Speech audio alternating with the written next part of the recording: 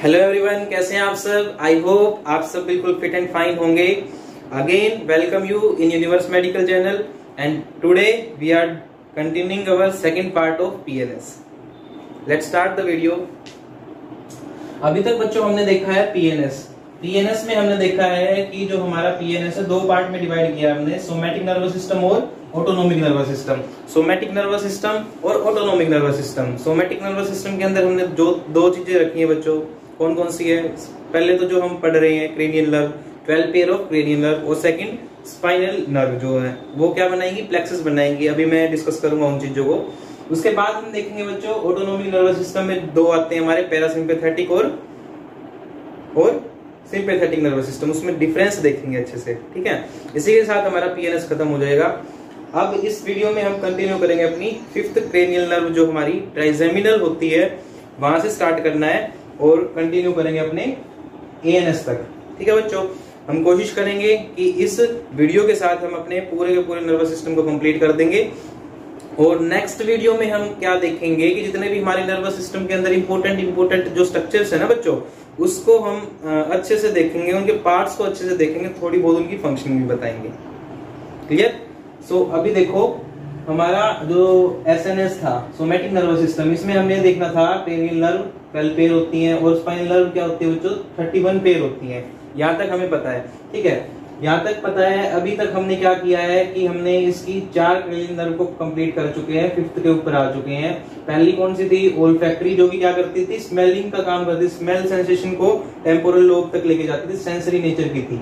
Optic जो हमारे vision में काम करती है बच्चों, सेंसरी है ये भी, और ओसिपिटल लोब तक हमारी सेंसेशंस को लेके जाती है, विजुअल सेंसेशन को। उसके बाद ओक्यूलोमोटर देखिए बच्चों, वो मिक्स्ड होती है। मिक्स्ड या मोटर कैसी होती है, मोटर होती है। एम का मतलब है मोटर, एस का मतलब है सेंसरी, और जिसमें कुछ भी नहीं लिख रखा, जिसका नीचे अंडरलाइन है, उसका मतलब है ये दोनों है। क्या है, ये दोनों है, सेंसरी भी और मोटर भी, यानी कि मिक्स्ड है वो। देखो बच्चों, फिर हमने देखा था ओक्यूलोमोटर, जो कि आईलिड जो हमारी ये शटर होता है, बंद करने में और खोलने में, बंद करने में और खोलने में। इसके अंदर जो मसल है लेविएटर पाल्पेब्रे, उसको सप्लाई कौन करता है, हमारी करती है ओक्यूलोमोटर। अगर इसमें दिक्कत आ जाए तो क्या हो जाएगा, अगर इसमें डैमेज आ जाएगा तो क्या हो जाएगा, हमारा पटोसिस देखने को मिलता है। मैंने बताया था, डिस्कस कर लिया हमने लास्ट वीडियो में। उसके बाद देखो ट्रोक्लियर 4th क्रेनियल नर्व है बच्चों, 4th। और ये किसमें सप्लाई करती है, आई बॉल की जो मूवमेंट होती है ना हमारी, आई बॉल की जो मूवमेंट करते हैं हम, लेफ्ट करते हैं, अपवर्ड करते हैं, डाउनवर्ड करते हैं, सामने की तरफ देखते हैं, तो ये जो मूवमेंट करवा रही है जो मसल्स आई बॉल की सॉरी, तो उनको सप्लाई कौन करता है, हमारा ट्रोक्लियर करती है। और ट्रोक्लियर में डैमेज आ जाएगा तो क्या हो जाएगा, स्क्वेंट हो जाएगा। क्या हो जाएगा, स्क्वेंट, बेंगापन आ जाएगा, ठीक है बच्चों। उसके बाद देखो ट्राइजेमिनल 5th क्रेनियल नर्व है जो हमें अभी डिस्कस करनी है, इससे आगे हम अभी करने वाले हैं बच्चों। तो 5th क्रेनियल नर्व है, इसको डेंटिस्ट क्रेनियल नर्व भी बोलते हैं। क्या बोलते हैं बच्चों, dentist cranial nerve. Dentist cranial nerve क्यों बोला, क्योंकि इसके अंदर च्यूइंग वगैरह, मैस्टिकेशन जिसे बोलते हैं हम, यानी कि जो हम खाने को चबाते हैं उसको च्यूइंग बोलते हैं, मैस्टिकेशन प्रोसेस होती है वो, ठीक है। तो वो जो होता है ना, वो इस 5th क्रेनियल नर्व से ही होता है, ठीक है। जब ये सप्लाई करती है, ब्रेन से सिग्नल आते हैं कि चबाओ, तब हम चबाते हैं खाने को। क्लियर। इसलिए इसको बोला डेंटिस्ट हमारी क्रेनियल नर्व 5th को। अच्छा, इसके अंदर मैंने पहली चीज तो बताई आपको, ये डेंटिस्ट होती है, डेंटिस्ट क्रेनियल नर्व बोलते हैं इसको। क्यों, क्योंकि इसके अंदर दांत वगैरह को जो मेनली सप्लाई करती है वो ये नर्व करती है। कौन करती है, ये करती है। और ये मिक्स्ड होती है। कैसी होती है, मिक्स्ड, सेंसरी भी और हमारी मोटर भी। बच्चों देखो, ये मिक्स्ड क्रेनियल नर्व है, ये 3 रीजन को सप्लाई करता है। 3 रीजन को, 3 कौन से रीजन, एक तो ऑप्थेल्मिक रीजन जो हमारा आई का रीजन है, उसको सप्लाई करेगा ट्राइजेमिनल, ठीक है। और हमारा जो अपर जो क्या बोलते हैं, मैक्सिला, जो कि फिक्स होता है, मूवमेंट नहीं होती जिसके अंदर, मैक्सिला को सप्लाई करेगा, ठीक है। और जो हमारा मैंडिबल है, लोअर जो है, उसको भी सप्लाई कौन करता है, हमारा ट्राइजेमिनल नर्व करती है बच्चों, ठीक है। अपर जो और लोअर जो के बीच में जो हम खाने को चबाते हैं उसको बोलते हैं च्यूइंग प्रोसेस या फिर मैस्टिकेशन प्रोसेस। उसके लिए रिस्पॉन्सिबल कौन होता है, हमारा, उसके लिए भी रिस्पॉन्सिबल है हमारा कौन, ट्राइजेमिनल नर्व। कौन बच्चों, ट्राइजेमिनल नर्व। इसलिए इसको बोला डेंटिस्ट नर्व। क्या बोला है, डेंटिस्ट नर्व। अपर टीथ और लोअर टीथ दोनों को सप्लाई कौन करता है, अपर जो और लोअर जो, यहाँ के गम्स भी, टिथ भी, इन सबको कौन सप्लाई करेगा? ट्राइजेमिनल करते हैं, इसलिए इसको बोला डेंटिस्ट। क्या बोला है? Dentist cranial nerve. क्लियर? यहाँ तक क्लियर है बच्चों? ठीक है, ये तो मैंने बोला ऑप्थेल्मिक रीजन को सप्लाई करेगा। दूसरा जो रीजन होता है हमारा मैक्सिला रीजन, अभी बोला अपर जो को, और लोअर जो कौन सा होता है? Mandible region. कौन होता है बच्चों? मैंडिबल, जो कि मूवेबल होता है। अपर वाला जो होता है मैक्सिला, वो क्या होता है? फिक्स होता है। इनको सप्लाई करता है बच्चों। अगर इस क्रेनियल नर्व में डैमेज आ जाए या फिर इसका कंप्रेशन हो जाए, इसके ऊपर प्रेशर पड़ जाए, कंप्रेस हो जाए हमारी नर्व, या फिर डैमेज हो जाए, तो इससे डिसीज कंडीशन क्या बनेगी? इससे बनती है एक इंपॉर्टेंट डिसऑर्डर जिसको बोलते हैं ट्राइजेमिनल न्यूरोग्लिया। क्या बोलते हैं? Trigeminal neuroglia. ठीक है, और इसकी ड्रग ऑफ चॉइस क्या होती है बच्चों? Drug of choice of trigeminal neuroglia. Trigeminal neuroglia में क्या देखने को मिलेगा? स्टैबिंग पेन देखने को मिलता है फेस के अंदर। फेस को अगर टच भी करोगे तो फेस के अंदर तुम्हें पेन फील होगा। ठीक है, ये क्यों हुआ आपको? ट्राइजेमिनल न्यूरोग्लिया की वजह से। ठीक है, ट्राइजेमिनल नर्व के अंदर डिफेक्ट आने की वजह से। क्लियर? और इसकी जो ड्रग ऑफ चॉइस होती है, ये भी इंपॉर्टेंट है, पूछी जाती है नोट सेट के अंदर, वो होती है कार्बामेजापाइन। कार्बामेजापाइन। क्लियर? अब चलते हैं हमारी नेक्स्ट जो क्रेनियल नर्व है बच्चों, एब्डुसेंस नर्व। कौन सी होती है? Abducens nerve. ये हमारी मोटर होती है। किस तरह की होती है? नेचर इसका मोटर। मोटर यानी कि मूवमेंट में काम करती है। किस चीज के मूवमेंट में? आई बॉल की जो मसल्स होती है ना, आई बॉल की मसल्स को सप्लाई करती है, जो कि मूवमेंट में, यानी कि लेफ्ट देखना है हमें, आई बॉल घूम रही है ना मेरी लेफ्ट साइड, अब राइट देख रहा हूं मैं, तो राइट साइड अपवर्ड, डाउनवर्ड, सामने, तो इसमें जो हमारी आई बॉल की मसल्स को सप्लाई करेगी कौन? Abducens muscle. अगर इसमें डिफेक्ट आ जाए बच्चों, तो उसमें भी क्या दिक्कत आ सकती है? हमारी स्क्वेंट जैसी प्रॉब्लम बन सकती है। स्क्वेंट यानी कि बेंगापन, सामने देख रहा हूं, ठीक है, देख मैं सामने रहा हूं, लेकिन मेरे को दिख कहाँ का रहा है? साइड का। मैं देख साइड में रहा हूं, लेकिन मेरे को दिख कहाँ का रहा है? सामने का। क्लियर? स्क्वेंट बोलते हैं उसको। अच्छा, उसके बाद देखो बच्चों, एब्डुसेंस के बाद आती है हमारी फेशियल नर्व। कौन सी होती है? Facial nerve. फेशियल नर्व नाम से ही पता चल रहा है कि फेस के जो एक्सप्रेशंस होते हैं बच्चों, पहली चीज फेशियल एक्सप्रेशन जितने भी होते हैं हमारे, आईब्रो को अपवर्ड मूवमेंट करवाना या फिर कोई भी फेशियल एक्सप्रेशन तुम्हें बनाना है, तो वो किसकी वजह से बना पाते हो आप? इस फेशियल नर्व से सप्लाई होती है, ब्रेन से सिग्नल आता है फेशियल नर्व के थ्रू, और वो तुम फेशियल एक्सप्रेशन को शो करते हो सामने की तरफ। क्लियर? तो उसके लिए रिस्पॉन्सिबल कौन है बच्चों? उसके लिए रिस्पॉन्सिबल हमारी फेशियल नर्व। दूसरा इसका काम होता है टंग का। टंग में ये काम कैसे करती है बच्चों? टंग में ये सेंसरी काम करती है। मोटर काम तो किसने करा? अभी तो मैंने बताया मोटर का। मोटर यानी कि मूवमेंट का, फेस की जो मूवमेंट होती है, एक्सप्रेशन जो आप देते हो, तो मूवमेंट होती है ना उसमें। अगर आप अपनी आईब्रो को रेज कर रहे हो ऊपर की तरफ, तो ये मूवमेंट ही तो हुई। मूवमेंट यानी कि मोटर फंक्शन भी करती है और सेंसरी फंक्शन भी करती है, क्योंकि फेशियल कैसी है? अंडरलाइन लगा रखी है ना, तो मिक्स्ड है। मिक्स्ड यानी कि मोटर फंक्शन भी होता है इसका और सेंसरी फंक्शन भी होता है। मोटर फंक्शन मैंने आपको बताया फेशियल एक्सप्रेशंस, ठीक है, जिसमें हमारे फेस के जो मसल्स होते हैं उनकी मूवमेंट देखने को मिलती है बच्चों। दूसरा इसका फंक्शन सेंसरी कहाँ पे होगा? सेंसरी इसका टंग के ऊपर होता है बच्चों, याद रखने वाली बात है। फेशियल नर्व टंग को भी सप्लाई करते हैं, लेकिन कैसी? सेंसरी, सेंसेशंस को टेस्ट के लिए। टेस्ट अगर हमें करना है कुछ चीज को, तो जो एंटीरियर यानी कि सामने की तरफ जो हमारी टंग है ना, उसका 2/3 पार्ट को सप्लाई करती है हमारी फेशियल नर्व। बहुत इंपॉर्टेंट चीज बता रहा हूं आपको कि जो एंटीरियर यानी कि सामने की तरफ जो हमारी टंग है ना, उसका 2/3, मान लो ये पूरी टंग है, इसका 1, 2, 3 यानी कि 2/3 सामने की तरफ जो हमारी टंग हमें दिखती है, हम जीभ निकालें, उसका सामने वाला जो पार्ट है ना, एंटीरियर पार्ट, उसके 2/3 को सप्लाई करेगी कौन? हमारी फेशियल नर्व, जिससे हम टेस्ट कर पाते हैं। क्लियर? अब बचा 1/3। 1/3 में आपको आगे बताऊंगा, याद रखना इस बात को। 2/3 एंटीरियरली कौन सप्लाई करेगा इसको? टेस्ट करने के लिए हमें फेशियल नर्व करती है टंग को। क्लियर? तो मैंने फेशियल नर्व में 2 चीजें बताई है आपको। सबसे पहली बताइए कि मोटर फंक्शन तो इसका होता है हमारा कहाँ पे? फेस की मूवमेंट, फेस की मसल से मूवमेंट, एक्सप्रेशंस करवाने में। और हमारा सेंसरी फंक्शन कहाँ पे देखने को मिलता है फेशियल नर्व का? टंग के ऊपर। 2/3 एंटीरियर पार्ट को सप्लाई करती है कौन? हमारी फेशियल नर्व, जो कि हम टेस्ट की सेंसेशन को क्या कर पाते हैं? परसीव कर पाते हैं। ठीक है? क्लियर? उसके बाद देखो बच्चों, उसके बाद है हमारी, अभी तक हमने पढ़ी ट्राइजेमिनल जो कि मिक्स्ड थी, एब्डुसेंस जो कि मोटर थी। अच्छा, फेशियल दोबारा से मिक्स्ड आई, अब है 8th क्रेनियल नर्व जो कि ऑडिटरी है। ऑडिटरी भी बोलते हैं इसको, वेस्टिबुलो कोक्लियर नर्व भी बोलते हैं बच्चों। वेस्टिब्यूल जो पार्ट होता है वो किसके लिए होता है? बैलेंसिंग के लिए, ठीक है। और हियरिंग के लिए कौन सा होता है हमारा? कोक्लियर पार्ट होता है। ब्रेन का स्ट्रक्चर जब आप पढ़ोगे तो उसके अंदर इनर जो ईयर होता है वेस्टिब्यूल आता है और कोक्लिया आता है। तो वेस्टिब्यूल पार्ट जो हमारा होता है वो किसके लिए? बैलेंसिंग, एयर के बैलेंस करने के लिए, ठीक है, एयर प्रेशर को बैलेंस करने के लिए। और जो हियरिंग के लिए काम आती है वो कोक्लिया आता है, cochlea part of the inner most जो हमारा पार्ट होता है ईयर का, ठीक है, उसमें हमारा कोक्लिया हेल्प करता है हियरिंग के अंदर, ठीक है। और वेस्टिब्यूल किसके अंदर हेल्प करता है बच्चों? हमारे बैलेंसिंग के लिए, ठीक है। ये 2 क्वेश्चन पूछे जाते हैं, याद रखने वाली चीज है। वेस्टिब्यूल हमारा किस चीज में फंक्शन करता है? हमारी बैलेंसिंग के लिए, ठीक है। और हियरिंग में काम किसका है? वेस्टिब्यूल का नहीं है, कोक्लिया का है, ठीक है। वेस्टिब्यूल का बैलेंसिंग में, कोक्लिया का हियरिंग में।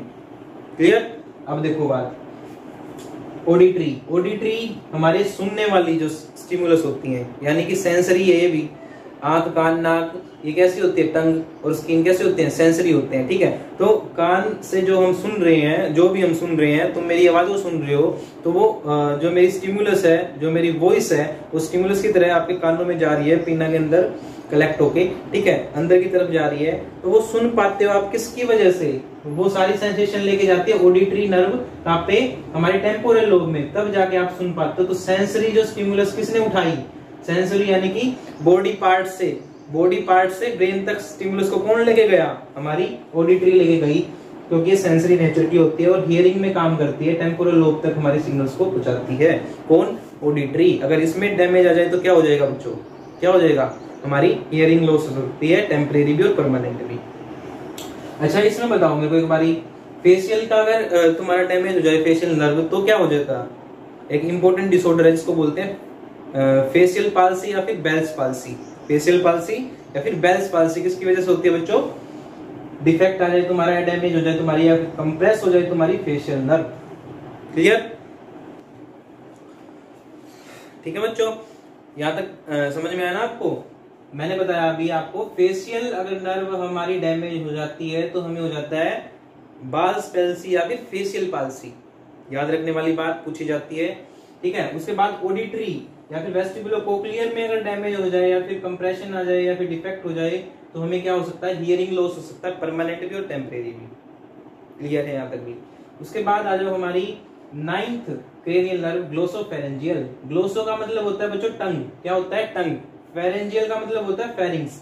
टंग और फेरिंग्स को जो सप्लाई करेगी वो कौन है? हमारी ग्लोसोफेरेंजियल। और अंडरलाइन कर रखी है, इसका मतलब ये हमारी मोटर भी है और सेंसरी भी, यानी कि मिक्स्ड क्रेनियल नर्व है हमारी। कौन सी? ग्लोसोफेरेंजियल। मिक्स्ड अभी तक हमने 2 पढ़ी है, ट्राइजेमिनल जो कि 5th क्रेनियल नर्व थी, और हमारी फेशियल जो कि हमारी 7th क्रेनियल नर्व थी। उसके बाद जो मिक्स्ड नर्व है कौन है? ग्लोसोफेरेंजियल। ये मिक्स होती है बच्चों, इसलिए ग्लोसो का मतलब टंग और फेरेंजियल का मतलब हमारा फेरिंग्स, इसको सप्लाई करती है, ठीक है। अब मेरी बात सुनो, सेंसरी तो क्या करवाती है और मोटर क्या करवाती है ग्लोसोफेरेंजियल? मैंने अभी थोड़ी देर पहले आपको बताया था कि जो फेशियल नर्व होती है वो भी मिक्स्ड होती है। उसका सेंसरी जो काम होता है वो टंग के टेस्ट में काम करते हैं, कि सेंसरी फंक्शन होता है टंग के अंदर। और एंटीरियरली 2/3 पार्ट को सप्लाई कौन करता है? हमारा फेशियल नर्व करती है बच्चों। बचा था 1/3 पार्ट जो पोस्टीरियर पीछे वाला, देखो टंग है मेरी, निकाल के तो कैसे बताऊंगा मैं टंग को? देखो, मान के चलो भाई मेरी टंग है, मैंने टंग को बाहर निकाला, ये इतनी मेरी टंग है, ठीक है, इतनी मेरी टंग है। तो सामने वाला जो 2/3 पार्ट है ना, 2/3, उसको सप्लाई करेगी फेशियल। जो पीछे का 1/3 रहेगा ना बच्चों, जो बिल्कुल अंदर की तरफ जहां से हम गटकते हैं, स्वेलो करते हैं, वो 1/3 जो पोस्टीरियर का पार्ट रहेगा उसको सप्लाई करेगी हमारी कौन सी? Glossopharyngeal nerve. कौन करेगी? Glossopharyngeal nerve. सामने की टंग को, आगे की टंग को, ये टंग है मेरी, ये टंग, ठीक है, ये मैंने बाहर निकाल दिया ऐसे। अब ये जो ऊपर का पार्ट है ना, जो सामने का पार्ट जो हम बाहर निकाल सकते हैं, उसके 2/3 पार्ट को तो सप्लाई करती है फेशियल नर्व। और जो अंदर वाला 1/3 रहेगा ना, अंदर वाला जहां से हम गटकते हैं कुछ चीजों को, ठीक है, इसोफेगस में जाती है जहां से, पोस्टीरियर पार्ट को सप्लाई करेगी, 1/3 पार्ट को सप्लाई करेगी ग्लोसोफेरेंजियल टेस्ट के लिए। अब आया समझ में? तो सेंसरी तो काम हमारा क्या है कि टंग की जो टेस्ट वगैरह के लिए हमारी कौन सी रिस्पॉन्सिबल होती है, पोस्टीरियर पार्ट के 1/3 पार्ट को सप्लाई करते हैं हमारी ग्लोसोफेरेंजियल। अब मोटर का काम देखो, मोटर का काम क्या होगा, इसमें और क्या हो सकता है ग्लोसोफेरेंजियल में, ग्लोसोफेरेंजियल में हमारा गैग रिफ्लेक्स होता है बच्चों। गैग रिफ्लेक्स, गैग रिफ्लेक्स क्या होता है, कुछ भी चीज हम स्वेलो करते हैं ना, कुछ भी चीज हम स्वेलो करते हैं या फिर जब हमें वोमिटिंग आती है तो एक रिफ्लेक्स आता है जो बाहर की तरफ हमारी वोमिट जो कंटेंट होता है उसको बाहर की तरफ फेंकता है एकदम से, उस रिफ्लेक्स को बोलते हैं गैग रिफ्लेक्स। या फिर आप अपनी उंगली को जब अंदर की तरफ लगाओगे ना तो उससे एक रिफ्लेक्स आएगा कि जो कि स्टमक के कंटेंट को बाहर फेंकने की कोशिश करेगा, उस रिफ्लेक्स को बोलते हैं गैग रिफ्लेक्स। क्या बोलते हैं, गैग रिफ्लेक्स।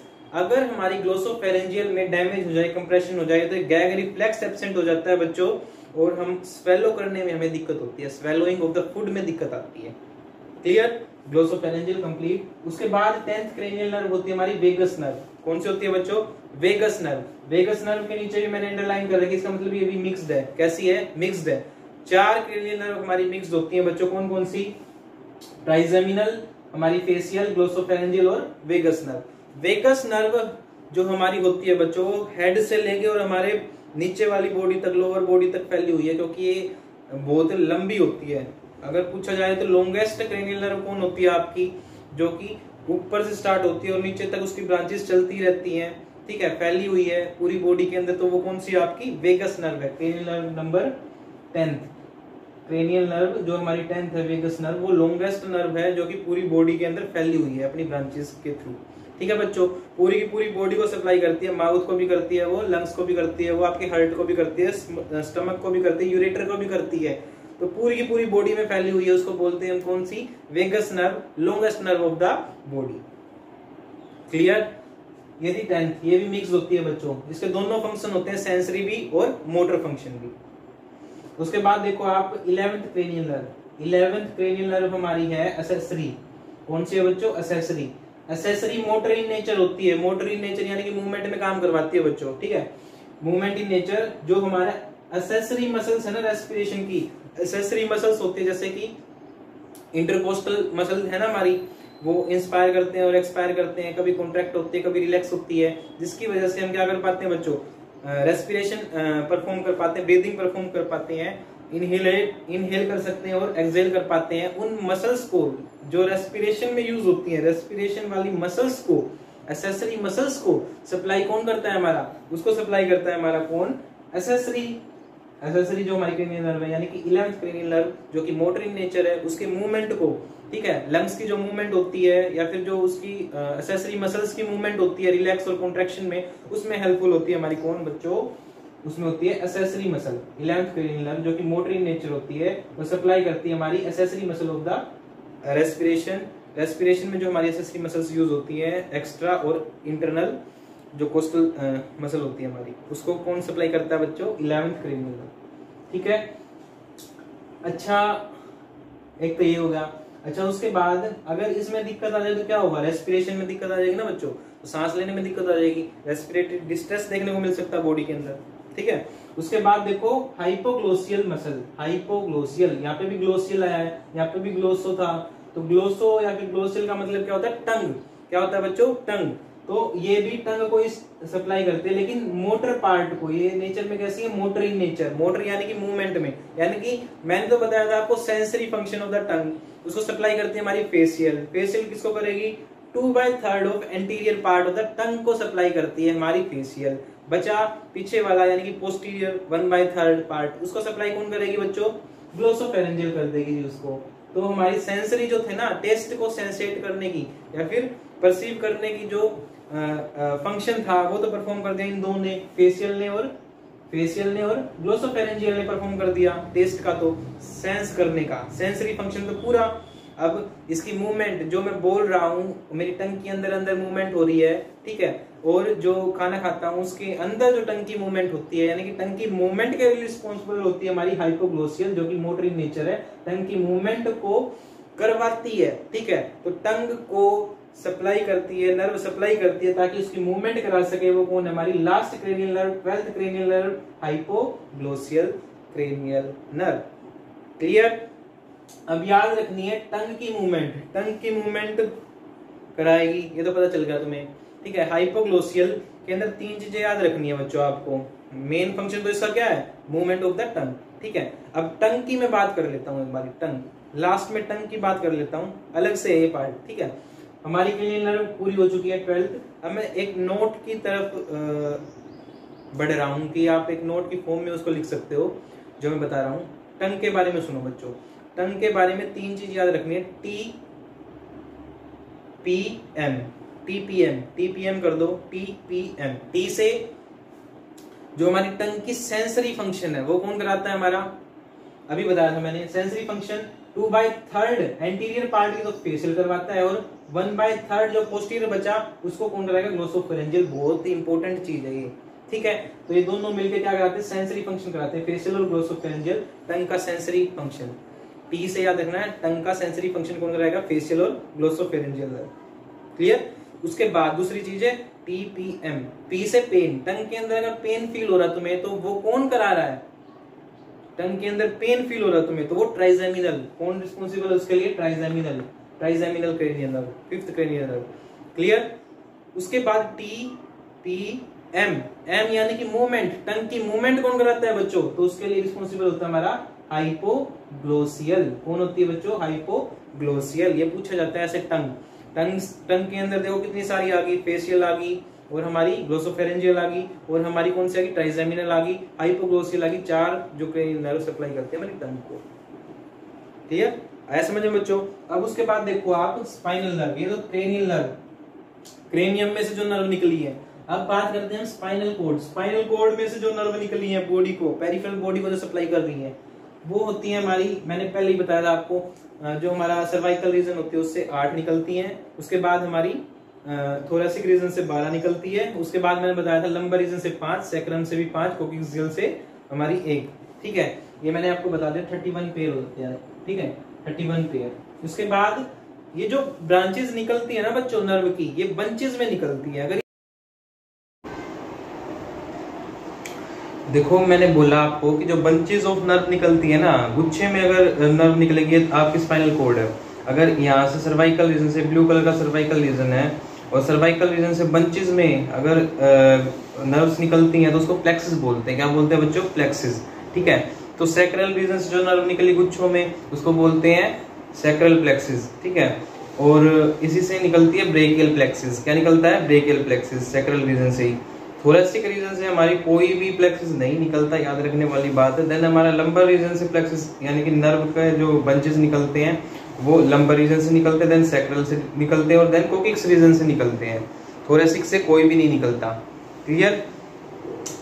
अब देखो यहाँ देखो सैक्रल रीजन से जो निकला सबसे पहले सर्वाइकल प्लेक्सिस। सर्वाइकल प्लेक्सिस जो हमारा था C1 से C4 रीजन में, C1 से C4 रीजन में निकलता है। C1 से C4 रीजन तक जितनी भी नर्व निकली हमारी वो क्या है, सर्वाइकल प्लेक्सिस है। और सर्वाइकल प्लेक्सिस हमारे चेस्ट रीजन को और हमारे जो नेक और हेड रीजन को सप्लाई करता है, ठीक है, नर्व सप्लाई करता है, क्लियर। हमारी सर्वाइकल प्लेक्सिस से ही एक फ्रेनिक नर्व निकलती है, फ्रेनिक नर्व। फ्रेनिक नर्व होती है डायफ्राम की नर्व, ठीक है, डायफ्राम को जो सप्लाई करते हैं ड्यूरिंग इंस्पिरेशन। अगर ये डैमेज हो जाए, सर्वाइकल रीजन में इंजरी हो जाए, तो हमारी मोस्ट कॉमन जो देखने को मिलती है डिसीज कंडीशन वो होती है कि हमारी रेस्पिरेटरी डिस्ट्रेस हो जाएगा, क्योंकि हमारी डायफ्राम की मसल्स जो थी और उसको जो नर्व सप्लाई प्रोवाइड करती है उसको सिग्नल नहीं मिलेगा कि इंस्पायर करना है, क्लियर। तो हमारी सर्वाइकल रीजन में अगर इंजरी हो जाती है तो क्या देखने को मिलता है बच्चों, रेस्पिरेटरी डिस्ट्रेस देखने को मिलता है, क्योंकि हमारी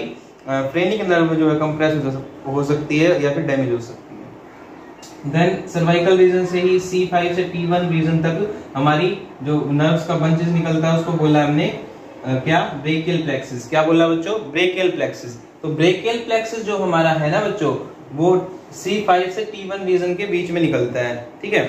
और ये जो हमारा ब्रेकियल प्लेक्सिस है हमारे हैंड को, हमारे हाथों को सप्लाई करता है नर्व सप्लाई, जिसमें रेडियल नर्व आ गई, हमारी अल्नर नर्व आ गई या फिर मीडियल नर्व आ गई, मीडियन, ठीक है।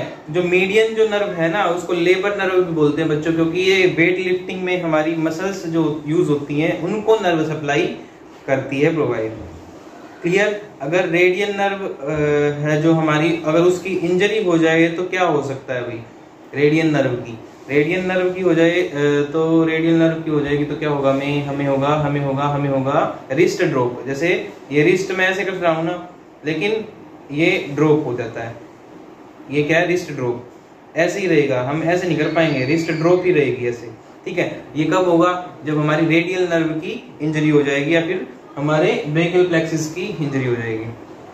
क्लियर।